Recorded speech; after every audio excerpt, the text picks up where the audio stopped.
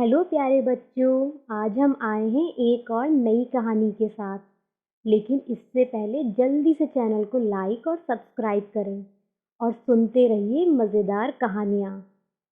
तो बच्चों, आज की कहानी का नाम है बिना पूंछ की लोमड़ी।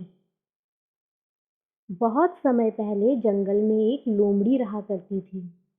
वह शिकार की तलाश में यहाँ वहाँ भटक रही थी कि तभी अचानक उसे एक आवाज़ सुनाई दी और फिर उसे अपनी पूंछ में बहुत तेज दर्द महसूस हुआ।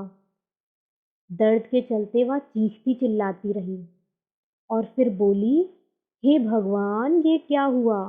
इतना दर्द क्यों हो रहा है मुझे? ये कहते हुए जब उसने पीछे मुड़कर देखा तो उसकी पूंछ एक फंदे में फंसी हुई थी जिसे किसी शिकारी ने लगाया था। ये देखकर वह डर गई और जोर जोर से रोने लगी। पूंछ फंदे में फंसने की वजह से उसे बहुत दर्द हो रहा था। अब वह खुद को फंदे से अलग करना चाहती थी। उसके लिए वह जोर लगाकर अपनी पूंछ को खींचने लगी। उसने बहुत कोशिश की और अंत में जाकर वह फंदे से अलग हो गई। ऐसे में जब उसने पीछे मुड़कर देखा तो उसकी पूंछ टूट चुकी थी। उसके पास बस छोटी सी पूंछ बची थी और पूंछ का ज्यादातर हिस्सा फंदे में फंसा हुआ था। यह देखकर वह और जोर जोर से रोने लगी। ये सोच रही थी कि लोमड़ी अब अपनी बाकी साथियों से कैसे मिलेगी।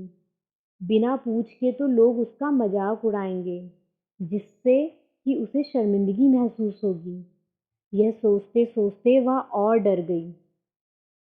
कुछ देर बाद वह ये सोचने लगी कि शर्मिंदगी से कैसे बचा जाए। तभी उसके दिमाग में एक ख्याल आया और वह सीधे अपने साथियों के पास चली गई। उसने अपने सभी साथियों को इकट्ठा किया और फिर उनसे बोली, मेरी बहनों, देखो, मैंने अपनी पूंछ काट दी है। ऐसा मैंने इसलिए किया है क्योंकि पूंछ रखने का कोई फायदा नहीं था। जब हम शिकार पर जाते हैं तो ये पूंछ बीच में आ जाती है। जब कुत्ते हमें पकड़ने के लिए हमारा पीछा करते हैं तब वे पूंछ के सहारे हमें पकड़ सकते हैं। यह पूंछ हमारे लिए किसी काम की नहीं है। इसीलिए मैं आप सबसे कहना चाहती हूँ कि आप सब भी मेरी तरह अपनी पूंछ काट दें और इससे छुटकारा पा लें। ऐसा करने से आपको बहुत सारा फायदा होगा। लोमड़ी मन ही मन सोच रही थी कि जल्दी से सब मेरी बातों में आ जाएं और मेरी बात मान लें। लोमड़ी अपने बातों से अपनी साथियों को बेवकूफ़ बनाने की कोशिश कर रही थी। लेकिन तभी एक लोमड़ी बोली, हम अच्छे से जानते हैं कि तुमने हमें यहाँ इसका फ़ायदा बताने के लिए नहीं बुलाया है। तुम्हें इस बात की शर्मिंदगी हो रही है कि तुमने अपनी पूंछ कटवा ली है और इसलिए तुम चाहती हो कि हम सब भी यही करें। हम तुम्हारी तरह बेवकूफ़ नहीं हैं। जाओ यहाँ से और बिना पूंछ के ज़िंदगी जियो।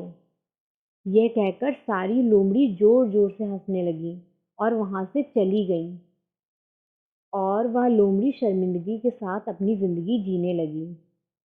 तो बच्चों, इस कहानी से हमें यह सीख मिलती है कि हम लोगों को हमेशा बेवकूफ़ नहीं बना सकते हैं। इस कहानी में लोमड़ी अपने अन्य साथियों को बेवकूफ़ बनाने की कोशिश कर रही थी, लेकिन वैसा नहीं हुआ। समझदार होना अच्छी बात है, लेकिन हमें दूसरों को बेवकूफ़ नहीं समझना चाहिए।